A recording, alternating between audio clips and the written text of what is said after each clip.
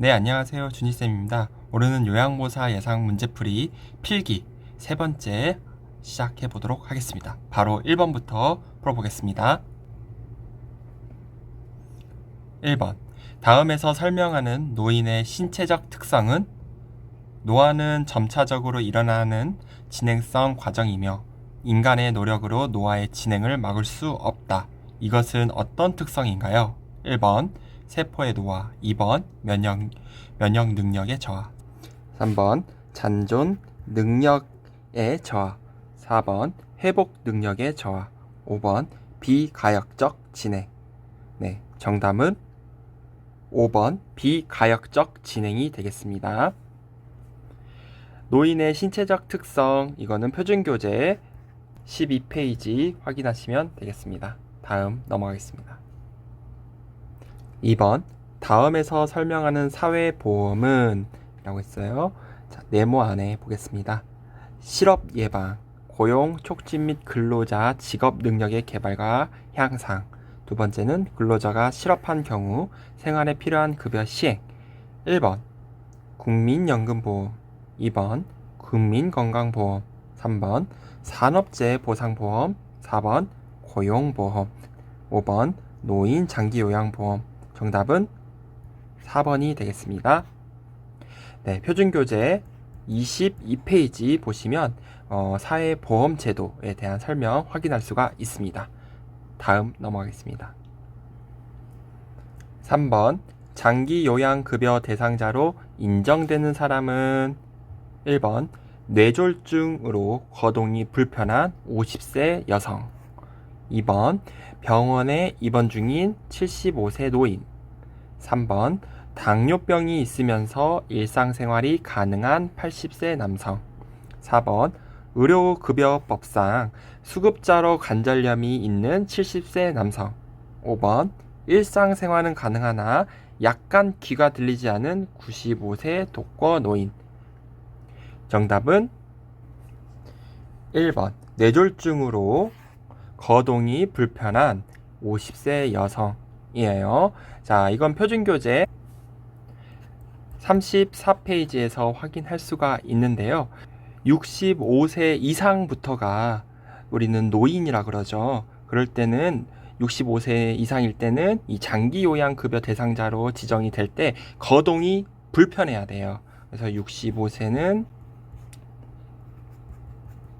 거동 불편, 이게 나와야 장기요양급여 대상자고요. 만약에 65세 미만으로 노인으로 인정이 안 되는 사람은 어떤 걸 가지고 있어야 되냐?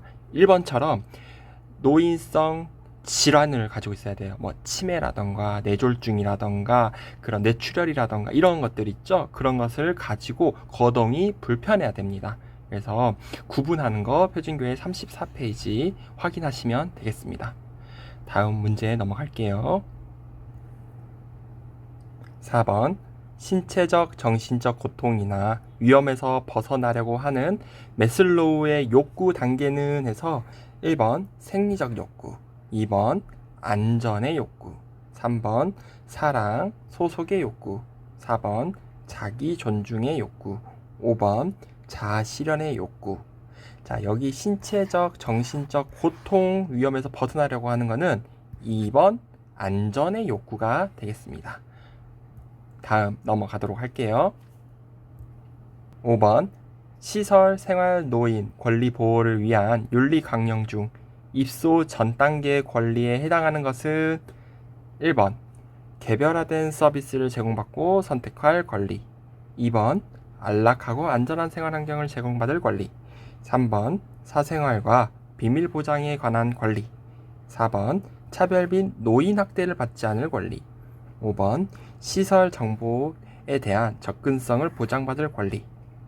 네, 정답은 5번이죠.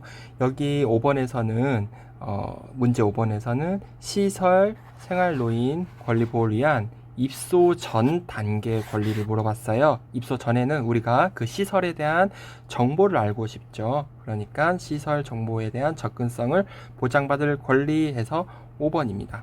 키포인트로는 뭐 홈페이지라던가 카페라던가 SNS 이런 것들 나올 수가 있고요. 또 안내책자 이런 것들 확인할 수가 있어요. 그런 것들은 다 접근성, 시설 정보에 대한 접근성을 보장받을 권리에 해당이 돼요. 표준교재는 66페이지부터 67페이지 교재 확인하시면 윤리 강령에 대한 권리를 볼 수가 있습니다. 6번. 다음에 업무를 담당하는 기관은, 자, 네모 박스 안 보시면 요양보호사의 권리 침해에 관한 상담 및 지원, 그리고 두 번째 역량 강화를 위한 교육 지원, 그리고 건강검진 등 건강관리를 위한 사업 지원. 이거는 어떤 기관에서 하냐 물어봤네요. 1번 장기요양기관, 2번 노인보호전문기관, 3번 장기요양요원지원센터, 4번 노인 일자리 지원기관, 5번 노인복지관. 네, 정답은 3번 골라주시면 되겠습니다. 표준교재 89페이지 확인하시면 그 참고사항 있죠? 참고사항이 있어요. 읽어보시면 답을 확인할 수가 있습니다. 자, 다음 넘어갈게요. 7번 요양보호사에게 나타날 수 있는 수근관 증후군에 관한 설명으로 옳은 것은 이라고 했네요. 자, 1번 밤에 통증이 완화된다. 2번 손목을 굴곡시키면 통증이 감소된다. 3번 손목에서 팔꿈치까지 강직이 나타난다. 4번 손을 털면 저림과 통증이 완화될 수 있다. 5번 새끼손가락과 연결된 손바닥 감각이 둔해진다. 네, 정답은요 4번 손을 털면 저림과 통증이 완화될 수 있다. 그러니까 이것은 일시적이다. 이런 것까지 알고 계시면 되겠습니다. 여기에서 정답은 4번이에요. 자, 1번 밤에 통증이 완화되나요? 밤에 통증이 심화되고, 2번 손목을 굴곡시키면 통증이 감소가 아니라 증가되고요. 3번 손목에서 팔꿈치까지 강직이 나타난다. 손바닥과 손가락이에요. 이렇게 구분하시면 되고요. 5번은 새끼손가락과 연결된 손바닥 감각이 둔해진다가 아니라 엄지손가락입니다. 엄지손가락과 관련된 손바닥의 감각이 둔해진다예요. 그래서 페이지는 109페이지 표준교재 확인하시면 이 손목 터널 증후군 또는 우리가 배운 수근관 증후군을 확인하실 수가 있습니다. 그 수근관 증후군 진단하는 자세 사진도 한번 꼭 봐두세요. 다음 넘어가겠습니다. 8번 노인에게 약물 중독이 많이 발생하는 이유는 1번 심장의 수축력 감소, 2번 위장의 소화 능력 감소, 3번 신장의 배설 능력 감소, 4번 대장의 운동 능력 감소, 5번 췌장의 호르몬 분비 감소. 정답은 3번 신장의 배설 능력 감소. 자, 신장은 콩팥이죠. 콩팥이 배설물, 독소 이런 것들을 다 밖으로 노폐물을 배출시켜야 되는데 그런 능력이 감소됨으로써 이 독소가 우리 몸 안에 많이 축적되게 돼요. 그러면은 독이 올라가겠죠, 독소가. 그래서 3번 신장의 배설 능력 감소라고 보시면 되겠습니다. 표준교재 126페이지 교과서 확인하시면 보실 수가 있어요. 다음 문제 넘어가겠습니다. 9번 노화에 따른 호흡기계 특성으로 옳은 것은 1번 코 속의 점막이 습해진다. 2번 폐 순환량이 증가한다. 3번 호흡 근육의 위축으로 호흡 증가 시 피로해지기 쉽다. 4번 섬모 운동이 증가한다. 5번 기관지 내 분비물이 감소되어 감염이 쉽게 발생한다. 네, 정답은 3번 호흡 근육의 위축으로 호흡 증가 시 쉽게 피로해집니다. 이거 고르시면 되겠고요. 자, 1번은 점막이 습해진다가 아니라 건조해진다. 점막이 이렇게 젖어 있는 거는 정상이에요. 자, 2번 폐순환량이 감소한다. 그리고 4번은 섬모 운동이 감소해요. 그래서 쉽게 가래나 이런 것들을 배출하는데 어려움을 느끼게 돼요. 섬모 운동이 증가하게 되면은 이물질이 이렇게 이동을 하면서 가래 배출이 쉽게 되죠. 이물질 같은 게. 그래서 노인분들은 감소한다가 되겠고요.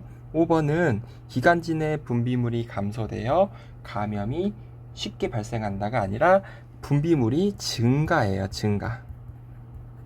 네, 그래서 표준교재는 138페이지 확인하시면 이 호흡기계의 특성을 알 수가 있습니다. 다음 넘어가겠습니다. 10번 노화로 인한 심혈관계 변화에 대한 설명으로 옳은 것은 1번 최대 심박출량 증가, 2번 심장 탄력성 증가, 3번 심장 근육 증가, 4번 심박동수 증가, 5번 동맥경화증 발생률 저하. 네, 정답은 3번 심장 근육의 증가입니다. 그래서 심장의 근육이 두꺼워진다. 그러면서 탄력성은 떨어진다 라고 했습니다.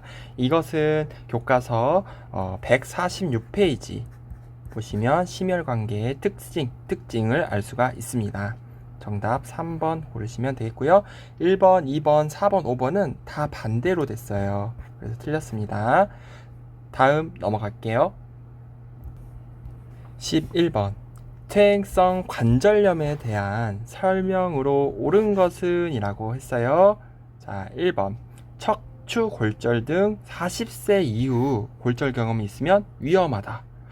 자, 2번 체중 부하 운동을 한다. 3번 관절의 부담을 완화시키기 위해 체중 조절이 필요하다. 4번 연골의 탄력성이 증가한다. 5번 예방을 위해 계단 오르내리기와 등산이 좋다. 네, 퇴행성 관절염에 대한 설명으로 옳은 것 정답은 3번입니다. 제가 왜 자꾸 강조를 하냐면 1번하고 2번은 퇴행성 관절염에 대한 설명이 아니라 바로 골다공증이에요. 네, 골다공증에 대한 설명이고 4번은 탄력성이 증가하면 좋은 거겠죠. 그래서 저하한다. 5번은 이 등산을 가는 거나 계단을 오르는 거는 관절에 무리가 올 수가 있어서 좋지 않아요. 이 관절염에는. 그래서 이건 좀 구분을 하셔야 되고요. 교과서는 154페이지 확인하시면 퇴행성 관절염에 대한 설명 확인할 수가 있습니다. 정답은 3번입니다. 12번 소변을 보려고 하지 않았는데도 자신의 의지와 상관없이 때와 장소를 가리지 않고 소변이 흘러나오는 증상은 1번 요정체, 2번 요실금, 3번 난소암, 4번 요로간염, 5번 전립선 비대증. 정답은 2번이 되겠습니다. 요실금. 내 의지와 상관없이 때와 장소를 가리지 않고 소변이 흘러나온 증상, 바로 요실금이 되겠죠. 교과서 페이지 160페이지 확인하시면 되겠습니다. 다음 넘어갈게요. 13번 노화로 인한 내분비계의 변화 중 인슐린 분비와 관련된 것은, 자, 인슐린이 우선 뭔지는 아셔야겠죠? 자, 1번 혈압 저하, 2번 집중력 증가, 3번 폐활량 증가, 4번 성욕구 감소, 5번 공복혈당 상승. 그래서 정답은 공복혈당 상승이 되겠습니다. 인슐린 분비는요, 혈당과 관련이 있고요. 또 질환은 당뇨병과 관련이 있어요. 그래서 이 혈당 상승과 관련된, 혈당이 상승하게 되면은 인슐린 분비가 되겠죠. 왜? 혈당을 떨어뜨리기 위해서. 네, 그렇기 때문에 5번 골라주시면 되겠고요. 교과서는 175페이지 확인하시면 인슐린, 당뇨에 대한 호르몬 분비 확인할 수가 있습니다. 다음 넘어갈게요. 14번 노인의 우울증은 건망증 등 인지기능 증상이 두드러질 수 있으므로 무엇과 감별이 필요한가? 1. 치매 2. 선망 3. 스트레스 4. 파킨슨병 5. 뇌졸중. 정답은 1번 치매입니다. 건망증 등 인지기능 증상과 구분하는 것은 치매겠죠. 여기 5개 중에 페이지 표준교재는 182페이지 확인하시면 되겠습니다. 다음 넘어갈게요. 자, 오늘의 마지막 문제 15번. 치매 대상자의 증상에 대한 설명으로 옳은 것은 이라고 했습니다. 1번 진압력이 향상된다. 2번 기억력이 향상된다. 3번 초조한 행동이 사라진다. 4번 언어 구사 능력이 향상된다. 5번 시공간 파악 능력이 저하된다. 정답은 시공간 파악 능력이 저하된다. 5번 골라주시면 되겠고요.